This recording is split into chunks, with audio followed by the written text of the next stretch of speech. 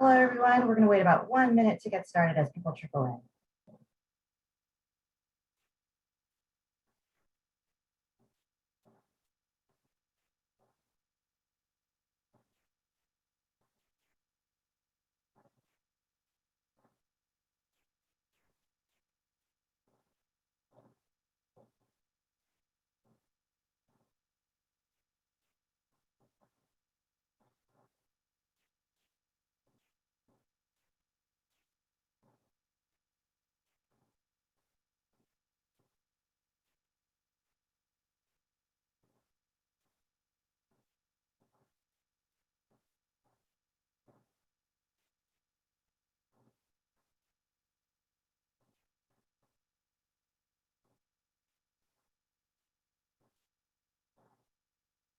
All right, we're at the top of the hour, so let's go ahead and get started.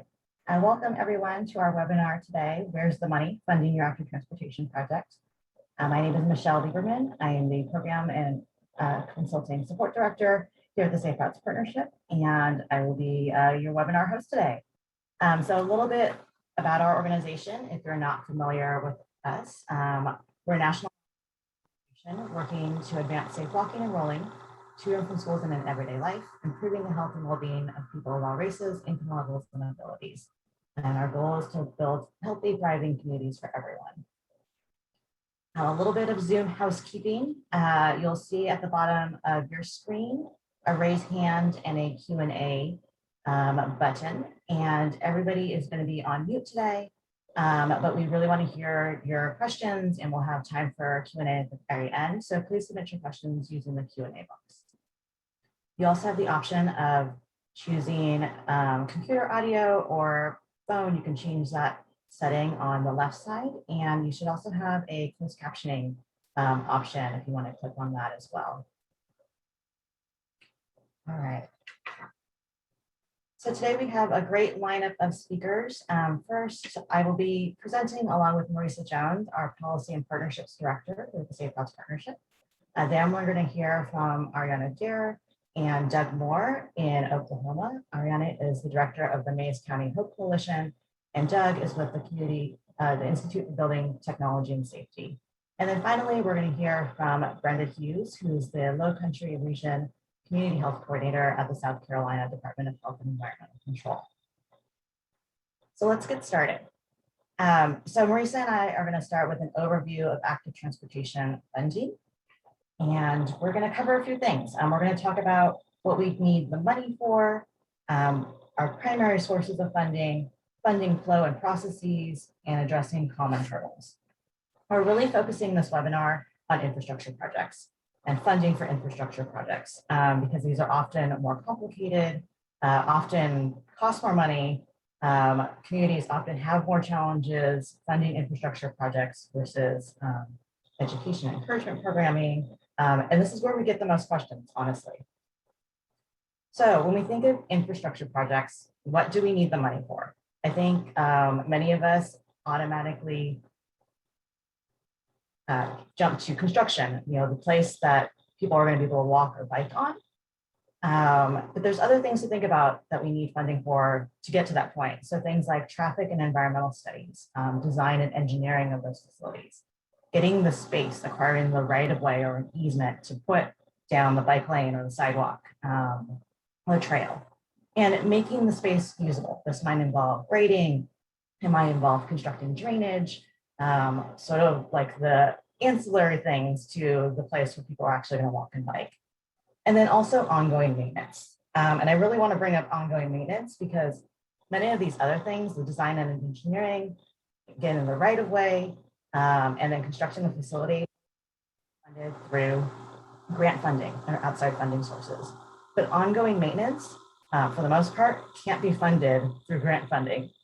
So it's really important that we think about these things and that the local agency, whoever controls the facility, owns the facility, is going to be able to budget and fund that ongoing maintenance that we need after something is constructed. So I'm going to turn it over to Marisa to talk about funding sources for walking, biking, and safe routes to school. Thanks so much, Michelle. Hi, everyone. So as we dive into this webinar on where the money is, I wanted to highlight that there are lots of sources of funding available. We're really going to focus this webinar on publicly available funding.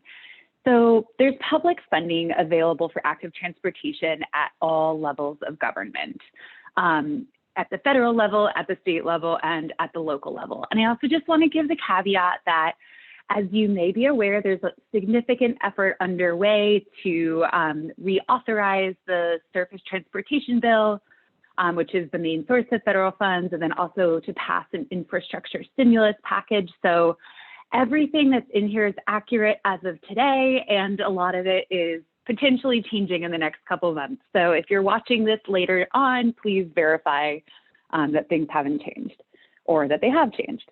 So we'll start with federal funds. Each year, $850 million are apportioned annually to all 50 states for walking, biking, and related projects. At the state level, there are 30 states that have dedicated funding streams totaling over $430 million annually, which is equal to over half of the federal apportionment. And then at the local level, there's a really wide variation, and we don't have a count of how many cities and counties have dedicated funding for walking and bicycling, but there's a really wide range from like no money to millions and millions of dollars. We could give 3 full webinars on each of these levels of funding. So today's information is going to be fairly high level, but these slides will all be available to you, and we have linked to resources throughout if you want to dig deeper into any of these levels of funding. So let's start at the federal level, since that's the biggest pot of money for walking, bicycling, and safe routes to school. When we look at federal funding specifically for walking and biking, we can see that the Transportation Alternatives Program is the major source of funding for walking, biking, and safe routes to school. But I do want to share that all major federal transportation programs can fund walking and biking infrastructure. It's a function of whether a state Department of Transportation decides to use the money for that. Because the Transportation Alternatives Program is the main source of funding, that's where I'm going to really focus my time today. So TAP, as it's known, the Transportation Alternatives Program, is the major source of federal transportation funding for walking, bicycling, and safe routes to school. It was created in the 2012 Federal Transportation Bill by merging 3 programs: safe routes to school, transportation enhancements, and recreational trails. It's also known as the STP set-aside. It's currently funded at $850 million a year, which is authorized by the FAST Act, which was passed in 2015. It expired in 2020, but it was extended by continuing resolution by the last Congress through September 30th, 2021. So a unique feature of this program is that it's designed to support local priorities. State DOTs and MPOs, Metropolitan Planning Organizations, run competitions to choose projects. And I'll talk a little bit more about how this money gets to local governments. The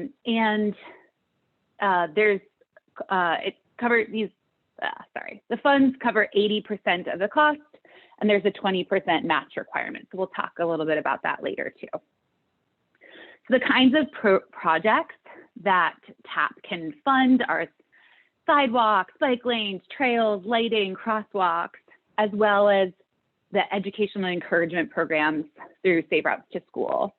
And eligible applicants are cities, towns, counties, transit agencies, state and local parks, tribal governments, nonprofits, a number of other entities, but important to note that NPOs and state DOTs cannot apply for these funds.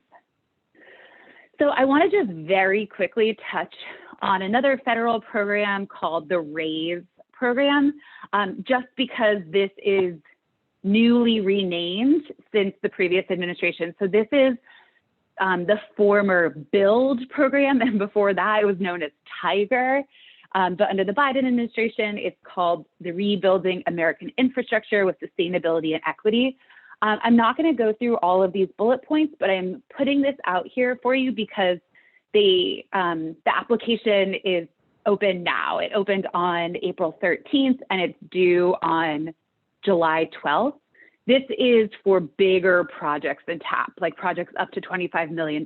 So if you have questions about this, you could put them in the chat or shoot me an email. I'll put my email in the chat box. But just wanted to flag this because it's open right now. So we talked about the main source of federal funding, TAP, which we will circle back to. I also want to highlight that state and local funds are available in communities all across the country. Research that our organization did in 2020 revealed that there's actually a lot more state money available than we thought was out there. The annual amount that states dedicate of their own revenue to walking, biking, and safe routes to school equals over half of what the federal government apportions to states. So at the state level, some states do compete out these funds, like through a multimodal fund that gets competed out. And in other states, it's a function of having your project on a particular list or contained within a bicycle and pedestrian plan. So we encourage you to take a look at your state report card, which is a biannual report that our organization releases. So you can take a look and see if your state has dedicated funding for active transportation and safe routes to school. And I'll also just highlight that we are super excited to release a report later this spring, early summer, that lists out all the sources of funding that each state has. And there's a link to a resource on here about state funding. So at the local level, it's not typically a competitive process when a city or a county has funding available for walking and bicycling. It's typically appropriated to implement a plan like a bicycle and pedestrian master plan, or to be used as a match for federal funds. And there are a number of publications and more in-depth information we have on our website and linked here.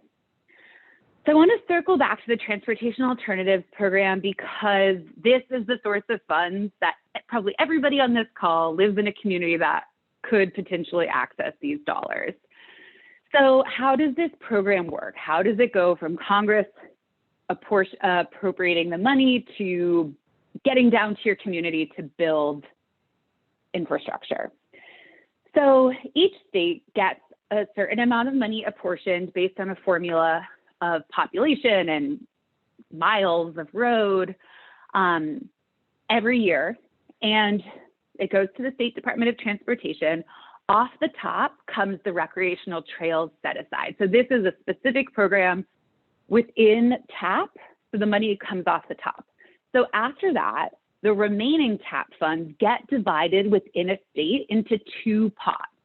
So the first pot, the 50% of it goes to the State Department of Transportation to award around the state.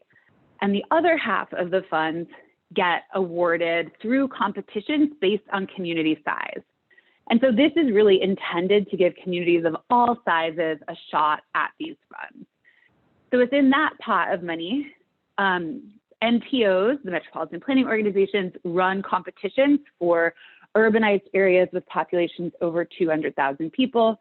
And then the state DOT runs competitions for mid-sized cities and towns, 5,000 to 200,000 people, and then under 5,000, so like rural and smaller communities.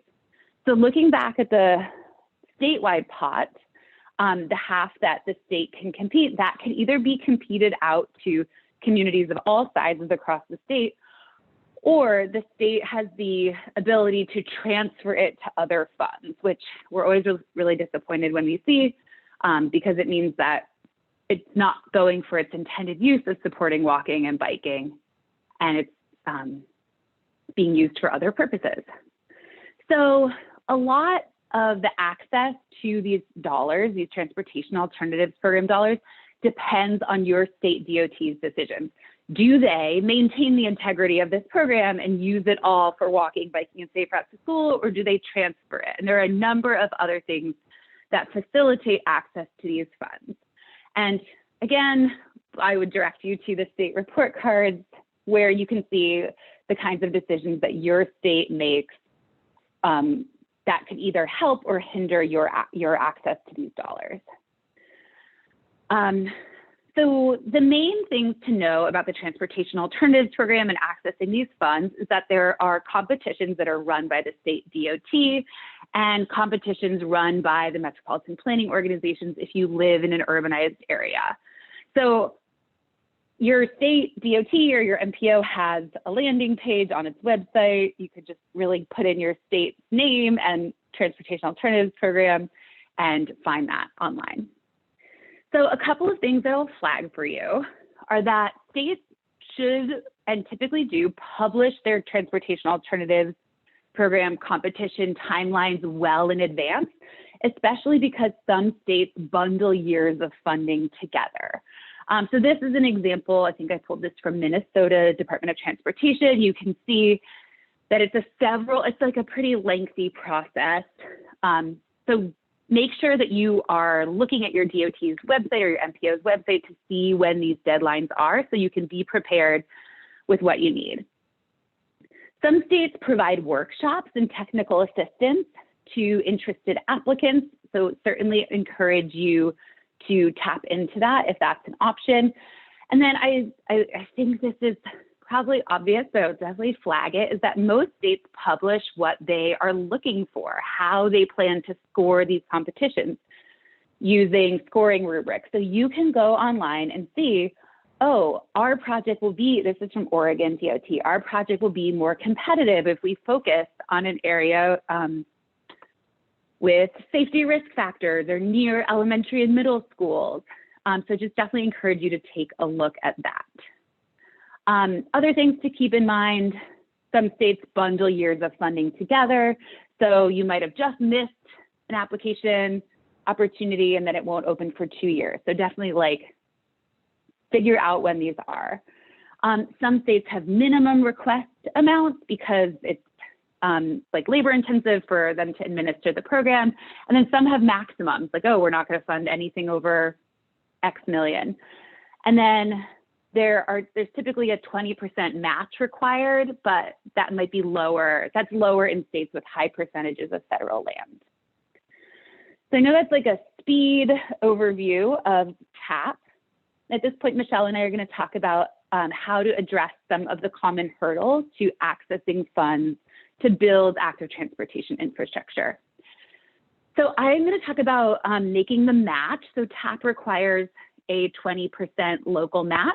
And these are listed on this slide are the types of funding that can be used for that match. State funds, philanthropic funds. Generally, federal funds are not eligible, though there are 2 exceptions, CDBG funds and AmeriCorps funds.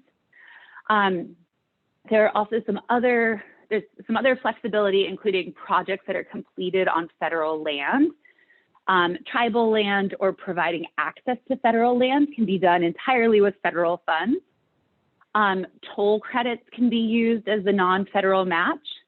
So that states with toll roads are eligible for the toll credit when the tolls collected are used to improve interstate travel. And there are a handful of states that do that, especially for safe routes to school matches. I'm happy to share more info about that in the future. And then state support for matching funds. So state revenue can be used. And there are some states that, they'll do this for certain programs, applications, not all of them. For example, projects serving lower income communities or lower income schools, or they categorically say, we'll provide the match for all safe routes to school programs. And again, sending you to the state report cards where you can see if your state provides any support for matching funds. And with that, I'm going to turn it back over to Michelle to talk about a couple of the other common hurdles. Thanks, Marisa. So another common hurdle is really being able to develop a competitive funding application. And Marisa mentioned going to the state DOT's website, understanding when the competition timeline is, and the scoring rubric can really set you up for great success. but I would definitely recommend being ready to act, knowing what the application is going to require and the things that you should prepare beforehand will put you in a good spot. So there are a number of things that a community can do to start getting ahead, and there's a lot of common requirements or pre-work that most of these grant funding competitions require. Part of it is community engagement and support. The funders want to know that the project that you're applying for is supported by the community, and that there aren't going to be hurdles later on, and it's not going to be something that the community is not going to want. So having a project that was developed through a community engagement process is really strong. Second is identifying the project in a planning document. Oftentimes competitions will require or award extra points if a project is within a planning document. So making sure that the project you're looking to fund is actually already included in a planning document, whether it be a bicycle plan, a pedestrian plan, some sort of street improvement plan, before you get to the point of trying to apply. And then the last part here, concept design and engineering. The level of engineering really varies from state to state in terms of the requirements, but I'll also say that some states don't actually allow the project award funds to pay for preliminary engineering for infrastructure projects. So it falls on agency staff or a consultant paid through other funds to complete preliminary engineering. So this is something I would encourage you to check with your state DOT on the requirements and if they provide support in this area. And then last is having your partners in place. And I think we'll hear from our other speakers today about having our partners in place is really key to being successful. And then I wanted to talk a little bit about addressing long timelines. We know that infrastructure projects can often cost a lot of money, take a long time, and that can be really frustrating. So I just had some thoughts on strategies to make change quicker and sometimes less costly. So the first one is to use tactical urbanism or pop-up projects. These use low-cost materials to make temporary changes to the street. They can help demonstrate what the change would look and feel like, help build community support, and build that case for future investment. So in this example here, the city actually just used plants and plastic delineators to create a separated bike lane for people to try. They took this as a community engagement opportunity and then helped make the case for funding this as a permanent improvement by just the sheer number of people who came out and really wanted it to be done permanently. Other communities have taken it a step further and done demonstration projects or quick build projects that are more semi-permanent and flow into permanent infrastructure change. Other communities have used low-cost materials to do traffic calming. So this example is from Seattle. They use the flexible bollards and the paint to create curb extensions near schools. I'll refer you to our previous webinar that we just did in the last month on engineering solutions for safe routes to school. There was a lot of great examples of low-cost, sort of easier, quicker to implement infrastructure changes. And then the last strategy I would recommend looking into is thinking about incremental change. We all want to have a complete network where people can walk and bike and just be a really great place of active transportation, but we know that takes time. And so some communities have approached this by making incremental change. This is a city where you see on the before picture, it was a large intersection. There were no marked crosswalks. Their first phase was just to put down those high visibility crosswalks using paint. And they're testing it out, seeing if they need to do something else, and their plan is to do a phase 2 that'll be a little bit more costly and take longer time to put together in terms of putting in special paving treatment and curb extensions. So with that, I will turn it over to Doug and Ariana to talk about the work that they've done in Oklahoma.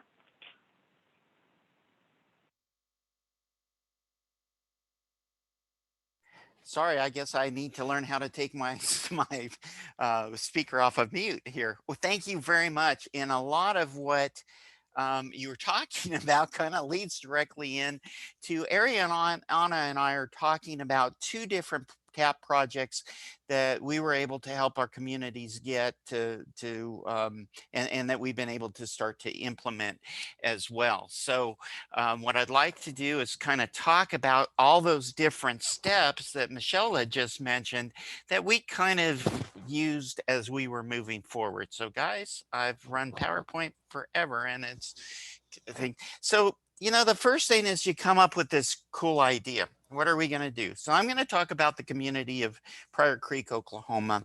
And we received a TAP grant. Our state actually broke them up into 2 different rounds. One for communities that were, but they were all smaller communities, but around 10,000. And then Ariana will talk with a project that was another TAP grant round that was for smaller communities, less than 10,000. So City of Pryor Creek's about 10,000.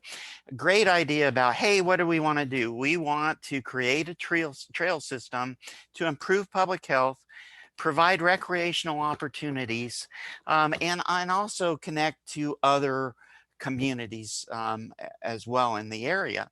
And, you know, the one big thing here is we've got a big industrial park. It's the second largest industrial park in rural Oklahoma, or in rural America, here in Mays County, Oklahoma. And so there's a lot of folks that are coming to this area, but there's nothing really, then finding nothing to do, no way to recreate. And so what we're learning is that quality of life is really the #1 economic tool that communities have in this area. By improving our quality of life, people want to be there. They want to work at the industrial park, but they aren't coming to the industrial park necessarily because of poor quality of life. So what do we do to make quality of life better? Big idea with that. So a lot of times what I always recommend is when you get a big idea, think backwards. How are you going to make it happen? And so, you know, the federal funding, the TAP grants there, you need big money to make that project happen. So it really is, it takes a while to build. Before we were able to pull together the TAP application and a successful application, we really had to lead up to it and worked on several projects to do that. And the #1 thing was, when you actually do get a big grant and you figure out all the steps that will lead you there, how are you going to come up with that 20% match? And then in addition to that, how are you going to maintain the system after it's built?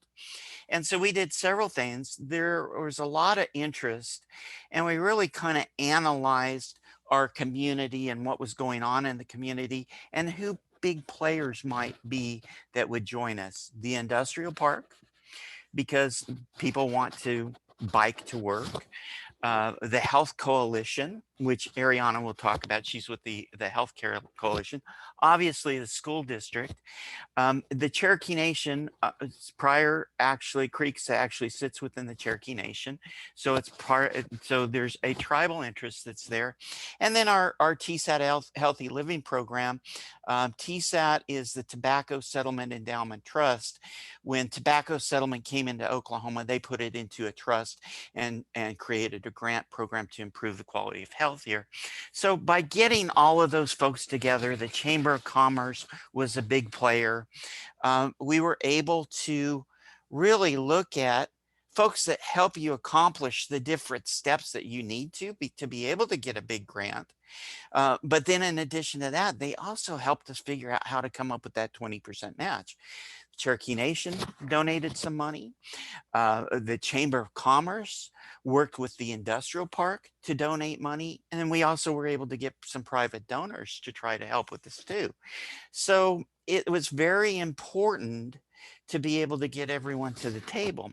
Now, you know, it takes time, and it's checking off the boxes to kind of get there.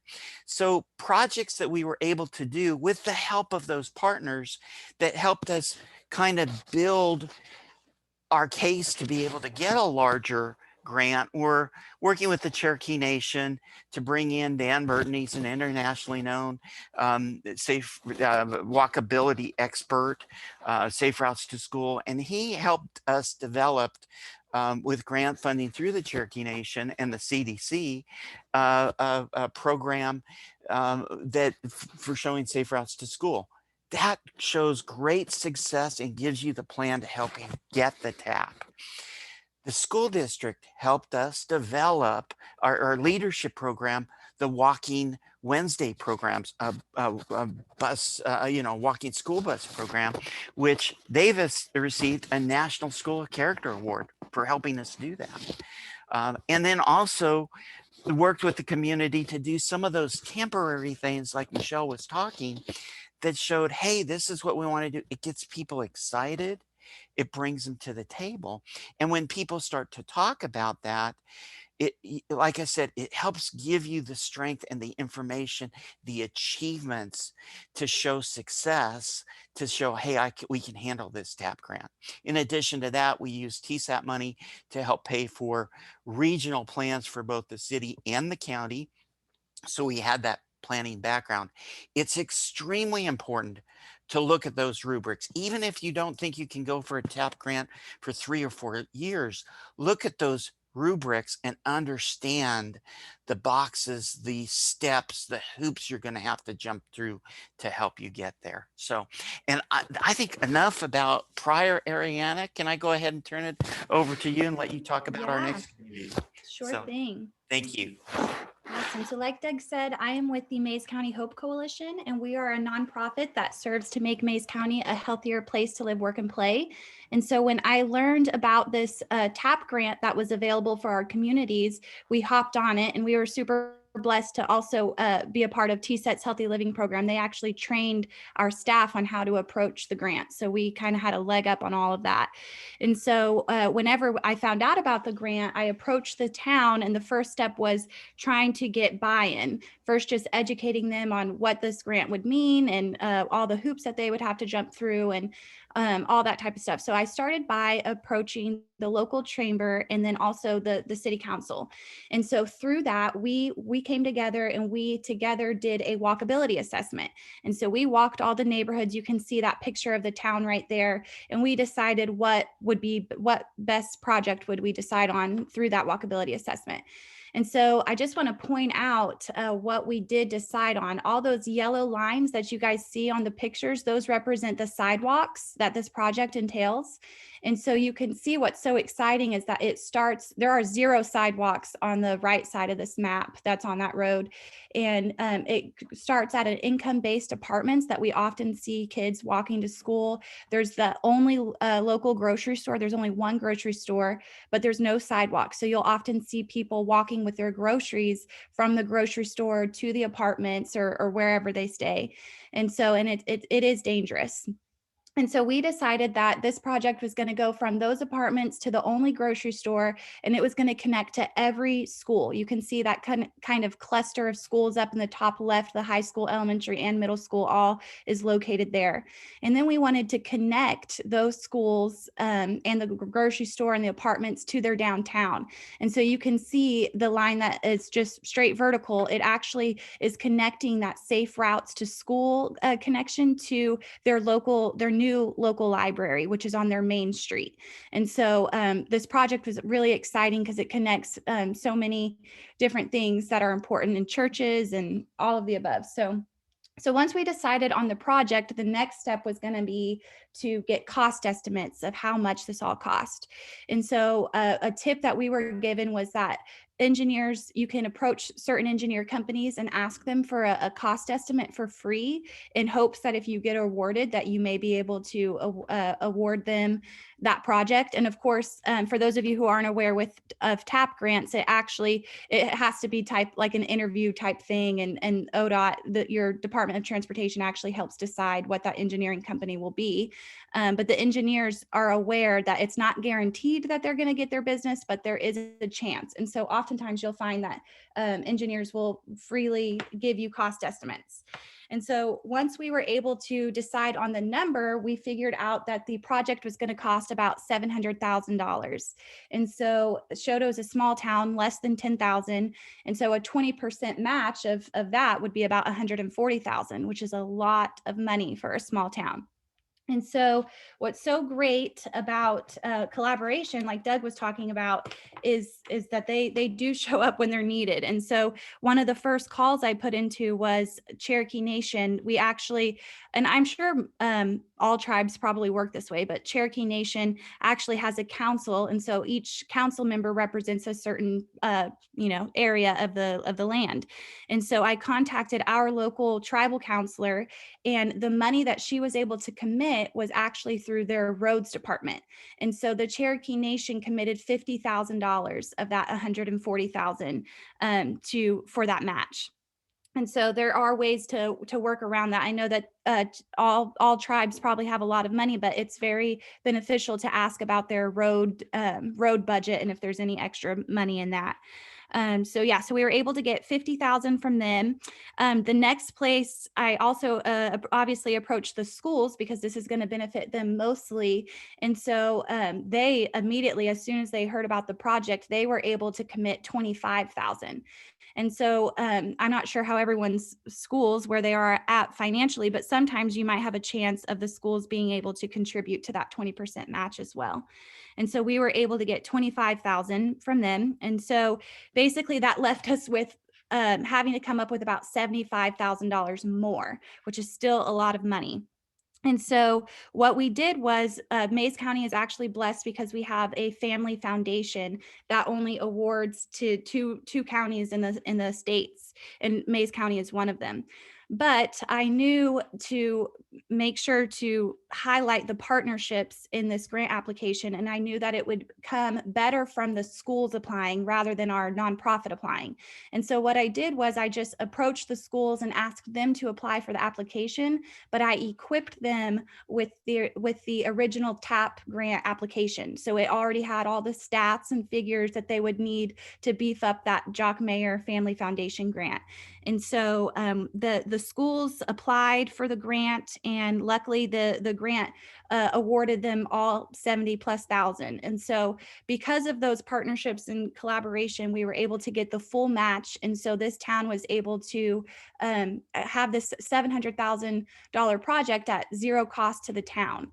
And so I think it was Michelle who was saying possibly how long and frustrating these projects can be, because that was a few years ago and we have yet to see construction.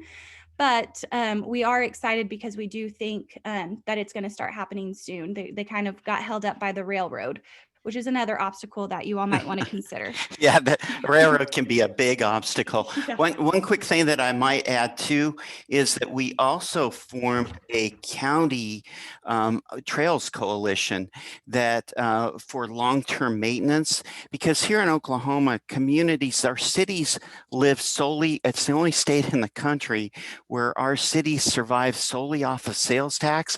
They may get a little bit of funds off of utilities if they own their own utilities. So budgets here for communities are extremely tight in Oklahoma. So to be able to maintain a trail system is tough. So we formed a Mays County Trails Coalition, Trails Alliance actually is what we call it. And so that alliance will work with the communities to help them with maintenance, where we'll do dedication programs and all, where your family can take on the dedication of a section of a trail to help with the maintenance. Now, obviously pavement, things like that, that's a little bigger that the cities do need to help with as well. But on the day-to-day kind of pick up litter, things like that, that's where the coalition comes in to help with that. And we made sure that that was all listed in our grant application as well. So that is right. Yeah. Thank you, Doug, for that. you And bet. yeah, so that was everything with the town of Shoto. If you want to take it over from here, Doug. Okay, well, and actually, Michelle, are we turning this back over to you?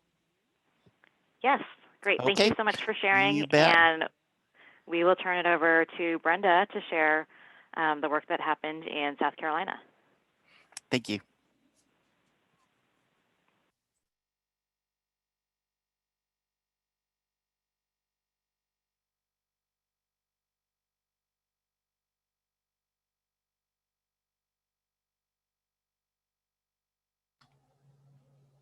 Thank you. So I'm going to Brenda, you might just need to put it in slideshow mode.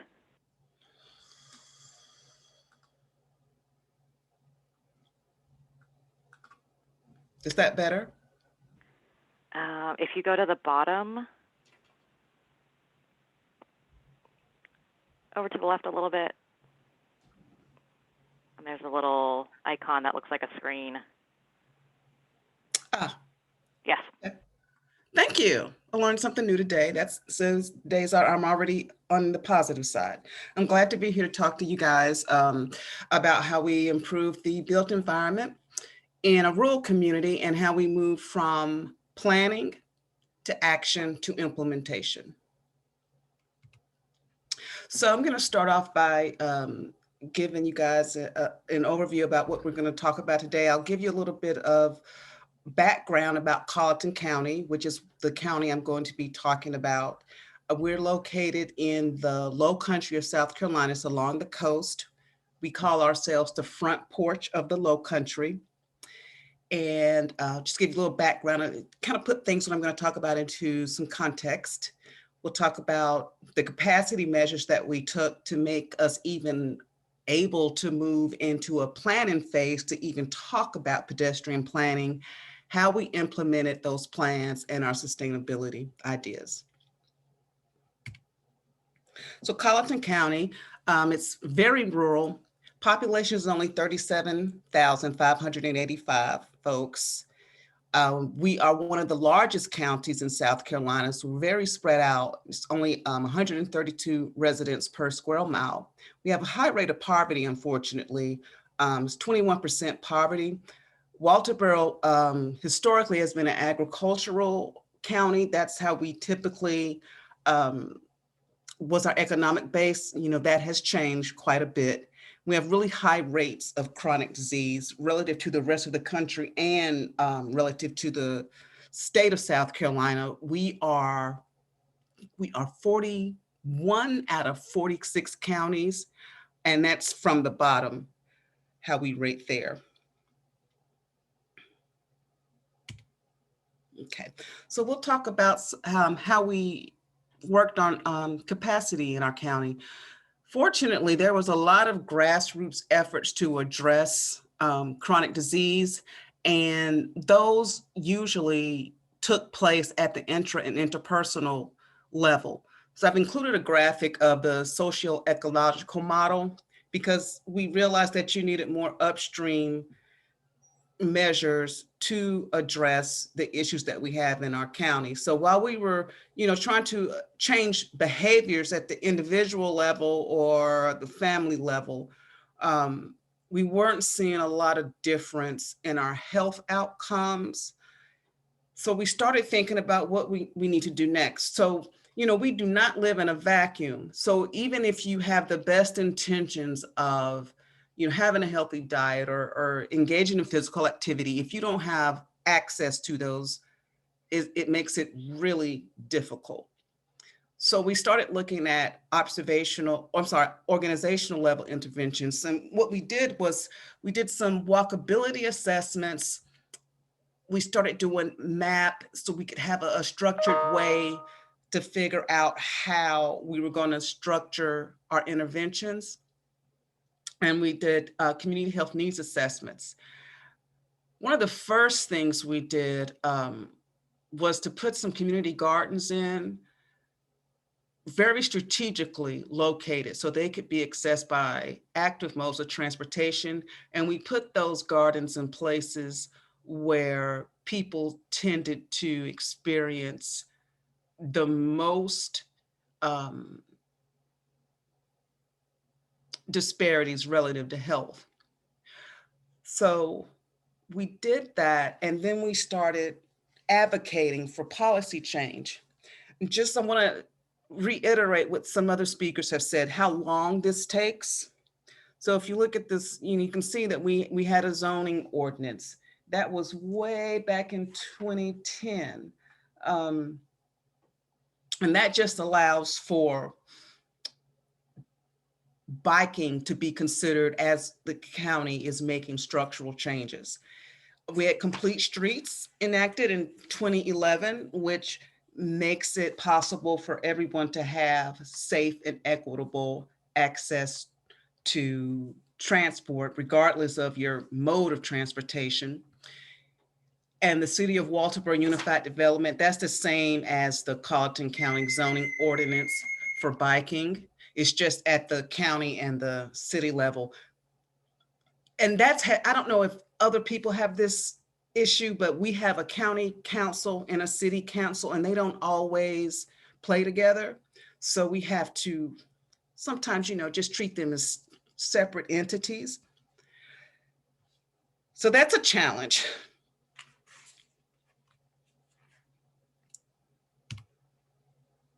So after we did that work, we were able to move into action planning. So when we did the map assessments, the walkability assessments, and that type of work, we could understand better what the barriers are, what the facilitators are to active environments.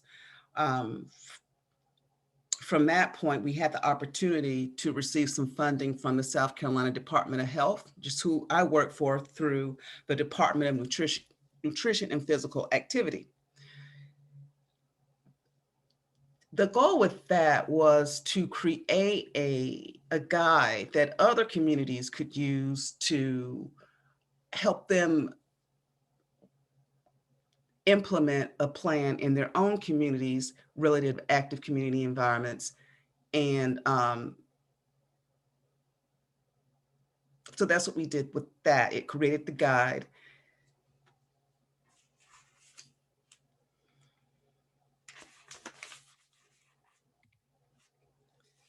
So once we received the funding, we started doing our action planning steps.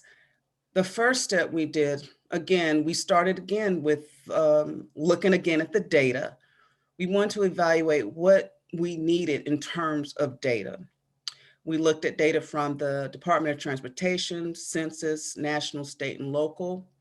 And then we formed a community action group. Those partners included state and local government, community members from all facets of the community. We had folks from folks that were just interested in what was going on in their community. We had members from the faith-based community, at local community organizations and coalitions. One coalition that was extremely important was our local Eat Smart, Move More coalition, which is designed to address policy systems and environmental change to improve health outcomes. We're also lucky that we have two academic institutions here. We have Clemson University and a branch of the University of South Carolina. They're important. And we also consulted with Alta Planning Group. I don't know if you guys are familiar with that, but they were really, I can't overstate how helpful they were with helping us structure what we were trying to do. And, for me, what was really important is that they came in with an objective point of view. We live here, so we are not always objective. And I think it was a really good marriage between Alta and the community with bridging the gap between the two.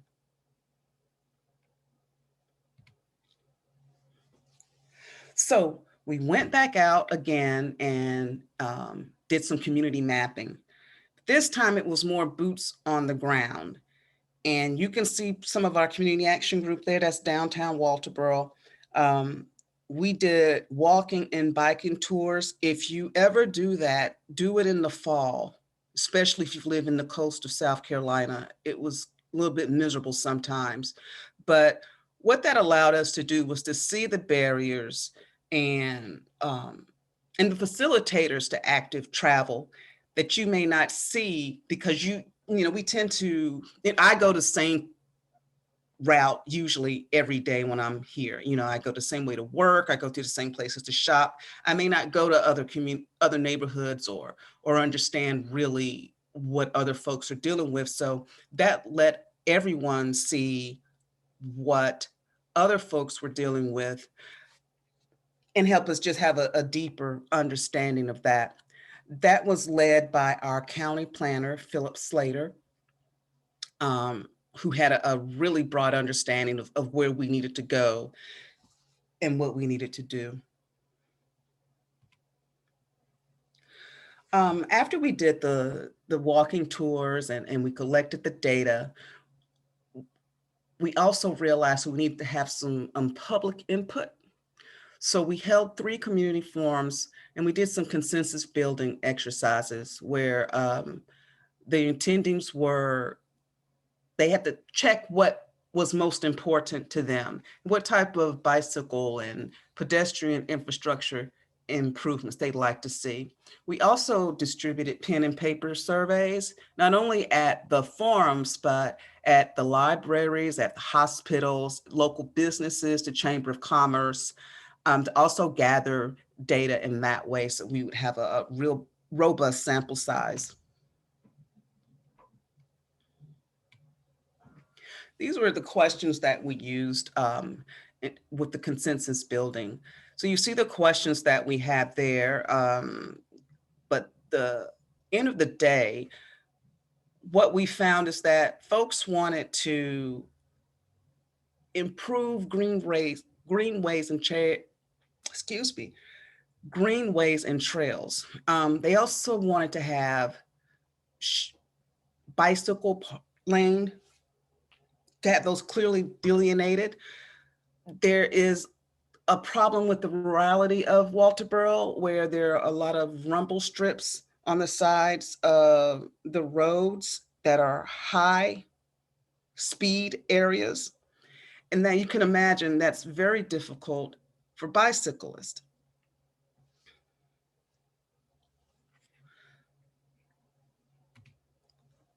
So then after we had the public forums and we have the data collected and compiled it and we started thinking about implementation planning. What we found is that, and some of this is what we thought we would found, street connectivity gets worse the further that you live from town. So you can live within Walterboro and have a lot of surface streets, but once you get outside of Walterboro, it's mostly highway driving, 2-lane highway driving. It's high speeds, at least 55 miles an hour. And if you can imagine, if you're walking or bicycling, how challenging that can be. And we also had a fair share of fatalities because of that. As a matter of fact, unfortunately, we just had another one the other night. So we still have a ways to go with that. However, we are fortunate that there was an abandoned railroad corridor in the rural area of South Carolina. Of Walterboro. It was along Green Pond Highway, and it was a good opportunity for a greenway connection that would allow folks to walk or bike for the folks that live out in Green Pond to be able to walk and bike safely into Walterboro. And a lot of folks aren't walking and biking for recreation. They're doing it out of necessity because they have to get to work or to shop. So I can really relate to the lady that said, people are walking on the highway with these high speeds and they're carrying groceries. We just want to make that safer for folks. Also, we have a litter problem here, and unfortunately, you're on a rural road, people throw out their trash out their car window, and it creates a litter problem, and it can be hazardous to people that are bicycling. So we call that walking the road. And again, it's not because people want to, it's because they have to. Again, and also Green Pond, was worth mentioning, is mostly a historically underserved population, and it allowed them to have access to physical activity. And, that was something that people that lived out there said they wanted to have. They wanted to have access to physical activity. They want to be able to walk, have a safe place to walk. And that's a free form of exercise, and economics are a concern in this community. So excuse me.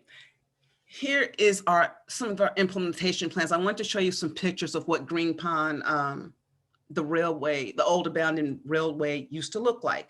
So the picture on the upper left-hand side, you can kind of see where the railroad used to be. And you can see it's very overgrown.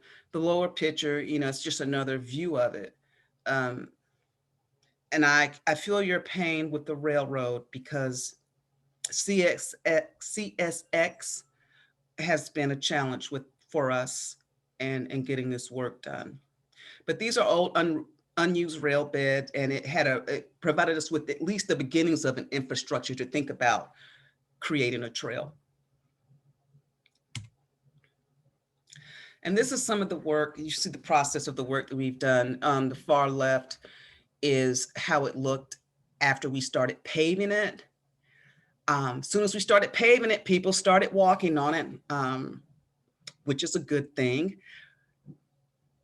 On the next picture, you can see it's a little bit clearer, that it is clearer as far as the path is concerned, which is very important because we have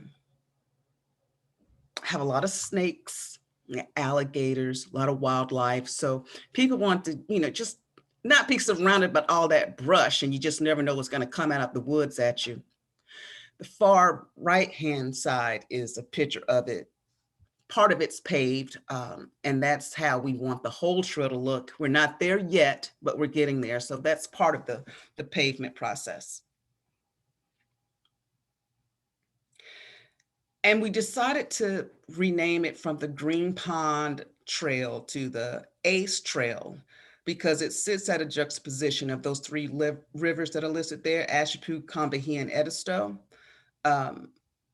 Those are wildlife sanctuaries. So while it will appeal to the folks that live in Green Pond, it will also appeal and be useful to folks that, are like to do bird watching or,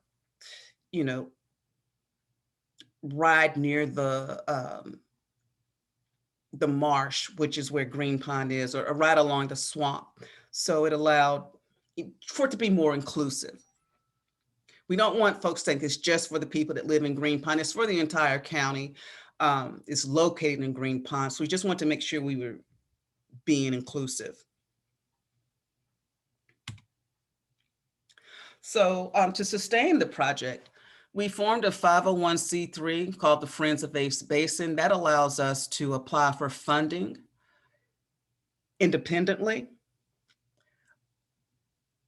As a result of the work, we created we didn't create it. Our central office did. We had input on that to create active community environments. Again, that's a resource for anyone that would like to see how this type of work is done, and I've included the link. We also created a master pedestrian bicycle plan for the county. That was adopted by the city of Walterboro and Colleton County government. So as they move through the work of making infrastructure changes, they can refer back to the master plan and use that as a guide to help them make structural improvements in the county. What we'd like to do is to widen the other roadways in the county, Highway 17, and that leads to maybe towns that you know better, Charleston. The people actually ride their bikes to work to Charleston from Walterboro, and just making it easier. Again, the rumble strips are a real problem here, and we're trying to work through that process. How do you balance the two? So I think we're going to have to widen that.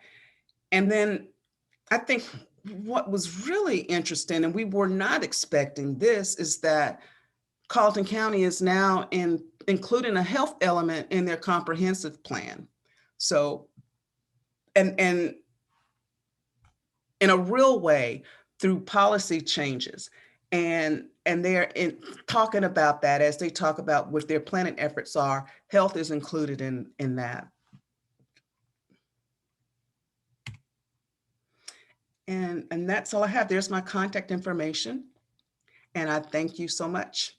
for the opportunity to share with you guys and to hear what you guys are doing. Thank you so much, Brenda. Well, Marisa and I have been frantically responding to questions in the Q&A box, so hopefully we answered your question. If not, we are going to have a email that goes out with a link to the recording of this webinar, along with a copy of all the presentations, and we'll include our contact information if you have any follow-up questions, because we're happy to provide any advice or share any resources that we can think of. So thank you to all of our speakers today, and thank you for everyone else for joining us today, and we'll see you on the next webinar.